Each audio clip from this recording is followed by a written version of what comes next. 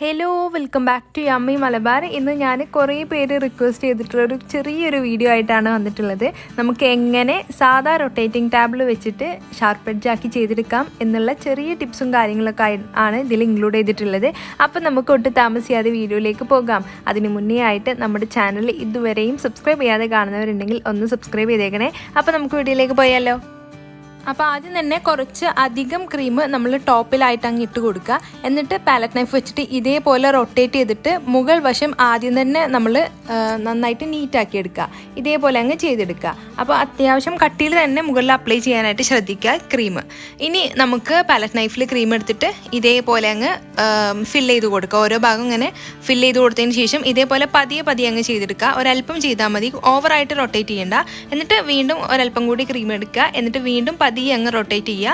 എന്നിട്ട് വീണ്ടും ക്രീം എടുക്കുക. അതേപോലെ അങ്ങ് കുറേശ്ശെ ആയിട്ട് വേണം സൈഡിൽ ചെയ്തെടുക്കാനായിട്ട്. പിന്നെ ഒരു കാര്യം, നമ്മളിപ്പോൾ ഇങ്ങനെ ഷാർപ്പ് എഡ്ജ് ആക്കിയൊക്കെ ചെയ്തെടുക്കുമ്പോൾ ഏറ്റവും പ്രധാനപ്പെട്ട കാര്യങ്ങളിൽ ഒന്നെന്ന് പറയുന്നത് ക്രീമിൻ്റെ സ്റ്റിഫ്നെസ് ആണ്. നമ്മൾ കറക്റ്റായിട്ട് ക്രീം ബീറ്റ് ചെയ്തിട്ടില്ല എന്നുണ്ടെങ്കിൽ നമുക്ക് നന്നായിട്ട് ഷേപ്പ് ചെയ്തെടുക്കാനൊക്കെ ബുദ്ധിമുട്ട് ആയിരിക്കും. അപ്പോൾ ക്രീമിൻ്റെ സ്റ്റിഫ്നെസ് വളരെ ഇമ്പോർട്ടൻ്റ് ആണ്. അപ്പോൾ ക്രീം എങ്ങനെ പെർഫെക്റ്റ് ആയിട്ട് ബീറ്റ് ചെയ്യാം എന്നുള്ള വീഡിയോ നമ്മൾ ഓൾറെഡി ചെയ്തിട്ടുണ്ട്, കാണാത്തവരുണ്ടെങ്കിൽ കണ്ടു നോക്കുക. അപ്പോൾ സൈഡിൽ ഇതേപോലെ കുറേശ്ശെ ആയിട്ട് നമ്മൾ ഫില്ല് ചെയ്ത് കൊടുത്തതിന് ശേഷം ഇതേപോലെ പതിയെ അങ്ങ് റൊട്ടേറ്റ് ചെയ്ത് കൊടുക്കുക. അപ്പോൾ നമ്മൾ പാലറ്റ് നൈഫ് വെക്കുമ്പോൾ വളരെ സ്മൂത്തായിട്ട് വേണം പിടിക്കാനായിട്ട്. ഹാർഡായിട്ട് ഒരുപാട് ബലം പ്രയോഗിച്ച് ചെയ്യരുത്. അപ്പം ആ ക്രീം ഉള്ളതങ്ങ് പോന്നിട്ട് ക്രംസ് ഒക്കെ കാണാനായിട്ട് തുടങ്ങും.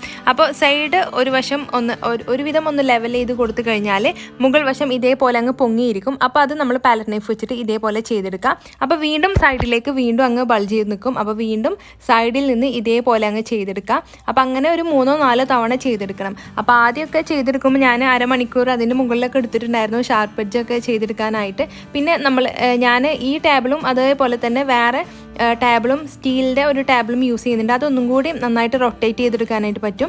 പെട്ടെന്ന് ഐസിങ്ങും കഴിയും. പക്ഷേ ആ ഒരു ടേബിൾ എല്ലാവരുടെയും കയ്യിൽ ഉണ്ടാവണമെന്നില്ല. അപ്പോൾ ഈ ഒരു റൊട്ടേറ്റിംഗ് ടേബിൾ ഒരുവിധം എല്ലാവരുടെയും വീട്ടിൽ ഉണ്ടായിരിക്കും. അത് ഹോം ബേക്കർ ആണെന്നുണ്ടെങ്കിലും അല്ല വീട്ടിൽ ചുമ്മാ കേക്ക് ഉണ്ടാക്കുന്നവരാണെന്നുണ്ടെങ്കിലും ഈ ഒരു ടേബിൾ ഉറപ്പായിട്ടും ഉണ്ടായിരിക്കും. അപ്പോൾ ഇത് ഈ പ്രോസസ്സ് അങ്ങ് ചെയ്തുകൊണ്ടേ ഇരുന്നാൽ മതി. അതായത് നമ്മൾ സൈഡിൽ ഇങ്ങനെ ചെയ്ത് കൊടുക്കുമ്പോൾ മുകൾ വശം ഇങ്ങനെ പൊങ്ങിയിരിക്കും. അപ്പോൾ പാലറ്റ് നൈഫ് വെച്ചിട്ട് ഇതേപോലെ പതിയെ അങ്ങ് നമ്മൾ എടുത്ത് മാറ്റിയാൽ മതിയാവും. പിന്നെ ഒരു ടിഷ്യോ അല്ലാന്നുണ്ടെങ്കിൽ ഒരു തുണിയോ നമ്മൾ കയ്യിൽ വെക്കണം. എന്നിട്ട് ഈ എക്സസ് ആയിട്ടുള്ള ക്രീം അങ്ങ് തുടച്ച് മാറ്റണം. കണ്ടില്ലേ, ഇതേപോലെ ചെയ്ത് കൊടുത്താൽ മതി. പിന്നെ ഞാനിപ്പോൾ ഈ ഒരു പാലറ്റ് നൈഫാണ് യൂസ് ചെയ്യുന്നത്, ചെറുതായിട്ട് ബെൻഡുള്ള പാലറ്റ് നൈഫ്. അത് ഓരോരുത്തരുടെ ഇഷ്ടം പോലെ യൂസ് ചെയ്യുക. അപ്പോൾ എനിക്ക് ഒന്നും കൂടെ ഹാൻഡിൽ ചെയ്യാൻ എളുപ്പം ഈ ഒരു പാലറ്റ് നൈഫാണ്. അപ്പോൾ കണ്ടില്ലേ, ഓൾമോസ്റ്റ് നമ്മൾ ഫിനിഷ് ആക്കി എടുത്തിട്ടുണ്ട്. നമ്മുടെ ഏറ്റവും വലിയ ലിമിറ്റേഷൻ എന്ന് പറയുന്നത് ഈ ഒരു റൊട്ടേറ്റിംഗ് ടേബിൾ തന്നെയാണ് അല്ലേ. നിങ്ങൾക്കിത് യൂസ് ചെയ്തവർക്ക് അറിയാം. അപ്പോൾ അത് വെച്ചിട്ട് നമുക്ക് ഇത്രയും ഷാർപ്പ് എഡ്ജ് ആക്കി ചെയ്തെടുക്കാനായിട്ട് പറ്റുന്നുണ്ട്. പിന്നൊരു കാര്യം, ഓവറായിട്ട് ക്രീം നമ്മുടെ പാലറ്റ് നൈഫിൽ ഉണ്ടെങ്കിൽ നമ്മൾ ജസ്റ്റ് നന്നായിട്ട് അതൊന്ന് തുടച്ചെടുത്തതിന് ശേഷം മാത്രമേ ഇത് ചെയ്തെടുക്കാനായിട്ട് പാടുള്ളൂ. അപ്പോൾ ഇത് ഓൾമോസ്റ്റ് റെഡി ആയിട്ടുണ്ട്. അവസാനമായിട്ട് പാലറ്റ് നൈഫിൽ ഒരല്പം വെള്ളം ഒന്ന് ഡിപ്പ് ചെയ്തിട്ട് നന്നായിട്ട് കുടഞ്ഞെടുക്കുക. ഓവറായിട്ട് വെള്ളം ആക്കരുത്. എന്നിട്ട് വേണം നമ്മളിത് സ്മൂത്തൻ ചെയ്തെടുക്കാനായിട്ട്. അപ്പോൾ ഇതേ നമ്മുടെ കേക്ക് ഇവിടെ ഐസിങ് ചെയ്ത് കഴിഞ്ഞിട്ടുണ്ട്. അത്യാവശ്യം നല്ല രീതിയിൽ തന്നെ നമുക്ക് ഷാർപ്പ് എഡ്ജ് ആക്കി എടുക്കാനായിട്ട് പറ്റിയിട്ടുണ്ട്. ഇനി ഞാൻ വേറൊരു രീതി കൂടി ഞാൻ കാണിച്ചു തരാം. അപ്പോൾ ഞാൻ പറഞ്ഞിട്ടുള്ളത് ഈ ഒരു റൊട്ടേറ്റിംഗ് ടേബിൾ വെച്ചിട്ടാണ് നമുക്ക് ഇത്രയും ഫിനിഷായിട്ട് കിട്ടിയിട്ടുള്ളത് കേട്ടോ. മറ്റേ ടേബിൾ യൂസ് ചെയ്യുകയാണെങ്കിൽ ഇതിനേക്കാളും നന്നായിട്ട് നമുക്ക് ചെയ്തെടുക്കാനായിട്ട് പറ്റും. ഇനി രണ്ടാമത്തെ രീതി എന്ന് പറയുന്നത്, നമ്മൾ പൈപ്പിംഗ് ബാഗിൽ ഇതേപോലെ പൈപ്പ് ചെയ്ത് കൊടുക്കുക. ക്രീം ചുറ്റിലും പൈപ്പിംഗ് ബാഗിൽ ഇങ്ങനെ തിക്കായിട്ട് അങ്ങ് ചെയ്ത് കൊടുക്കുക. അപ്പോൾ ഈ ഒരു മെത്തേഡ് എന്ന് പറയുന്നത് ബിഗിനേഴ്സിനൊക്കെ ചെയ്ത് എടുക്കാൻ പറ്റുന്നതാണ്. പിന്നെ ഇങ്ങനെ ചെയ്യുമ്പോൾ നമുക്ക് കൂടുതൽ സമയം വേണ്ട, പെട്ടെന്ന് തന്നെ നമ്മുടെ ഐസിങ് പരിപാടി അങ്ങ് കഴിയും. അപ്പോൾ കേക്ക് മുഴുവനായിട്ട് നമുക്ക് ക്രീം വെച്ചിട്ട് കവർ ചെയ്തെടുക്കാം. ഫില്ല് ചെയ്ത് കൊടുത്തതിന് ശേഷം നമുക്ക് പാലറ്റ് നൈഫ് വെച്ചിട്ട് ഇതേപോലെ ഒന്നങ്ങ് വടിച്ചു കൊടുക്കാം. അപ്പോൾ ഞാൻ ചെയ്യുന്ന പോലെയല്ല, ആദ്യം നിങ്ങൾ മുകൾ വശം വേണം ചെയ്തെടുക്കാനായിട്ട്. എന്നിട്ടാണ് നിങ്ങൾ സൈഡ് ഇതേപോലെ അങ്ങ് ചെയ്തെടുക്കേണ്ടത്. ഇപ്പോൾ എനിക്ക് കുറച്ചും കൂടി എക്സ്പീരിയൻസ് ഉണ്ടായതുകൊണ്ടാണ് അങ്ങനെ ചെയ്തില്ലെങ്കിലും കുഴപ്പം വരാതിരുന്നത്. അപ്പോൾ ആദ്യം ഇതേപോലെ ടോപ്പ് പോർഷന് അങ്ങ് നീറ്റാക്കി എടുക്കാം. അതിനുശേഷം നിങ്ങൾ സൈഡിൽ സ്ക്രേപ്പ് ചെയ്തെടുക്കാം. അപ്പോൾ നമ്മൾ ഈ ഒരു കേക്ക് റെയിൻബോ ആ ഒരു തീമിലാണ് പുറമെ ചെയ്യുന്നത്. അപ്പോൾ അതുകൊണ്ടാണ് നമ്മളിങ്ങനെ മെയിനായിട്ട് പൈപ്പ് ചെയ്തെടുത്തിട്ട് ചെയ്യാനുള്ള കാരണം. ഇപ്പോൾ ഇതുപോലുള്ള ക്രീം, അതായത് പല കളേഴ്സിലുള്ള ക്രീം അല്ലെങ്കിൽ പോലും നിങ്ങൾ സാധാ വൈറ്റ് ക്രീം ഇപ്പോൾ നമ്മൾ ആദ്യം ചെയ്ത ഒരു മെത്തേഡ് അല്ലാണ്ട് ഇതേപോലെ പൈപ്പിംഗ് ബാഗിലാക്കിയിട്ട് ചെയ്ത് കഴിഞ്ഞാൽ പെട്ടെന്ന് തന്നെ നിങ്ങൾക്ക് ഐസിങ് കഴിയും. അപ്പോൾ ഇങ്ങനെ പൈപ്പിംഗ് ബാഗിലാക്കുമ്പോൾ അവിടെ ഇവിടെ ഹോൾസ് ഒക്കെ ഉണ്ടെങ്കിൽ നമ്മളൊരല്പം ക്രീം എടുത്തിട്ട് ആ ഒരു ഭാഗത്തേക്ക് ഫില്ല് ചെയ്ത് കൊടുത്തു കഴിഞ്ഞതിന് ശേഷം പാലറ്റ് നൈഫ് ഒന്ന് റൺ ചെയ്ത് കൊടുക്കുക. അപ്പോൾ നമുക്ക് നല്ല സ്മൂത്തായിട്ട് ചെയ്തെടുക്കാനായിട്ട് പറ്റും. അപ്പോൾ ഫസ്റ്റ് ചെയ്ത ഐസിങ് മെത്തേഡ് അതിൽ പോലെ തന്നെ നമ്മൾ സൈഡ് ചെയ്യുമ്പോൾ മുകൾ വശം ഇങ്ങനെ പൊങ്ങിയിരിക്കും. അപ്പോൾ നമ്മൾ മുകൾ വശം ലെവൽ ചെയ്ത് കൊടുക്കുക. അപ്പോൾ കണ്ടില്ല, ഞാൻ പാലറ്റ് നൈഫ് നന്നായിട്ട് ക്ലീൻ ചെയ്തിട്ടുണ്ട്. അതിന് ശേഷമാണ് ബാക്കി ഇതിൻ്റെ മുകൾ വശമൊക്കെ ക്ലീൻ ചെയ്തെടുക്കുന്നത്. അതാക്കുമ്പോൾ തന്നെ നമ്മൾ ടിഷ്യൂ വെച്ചിട്ടോ അല്ലാന്നുണ്ടെങ്കിൽ ക്ലോത്ത് വെച്ചിട്ടോ ആ ഒരു പാലറ്റ് നൈഫ് ക്ലീൻ ആക്കിയിട്ട് വേണം അടുത്തതും നമ്മൾ ചെയ്തെടുക്കാനായിട്ട്.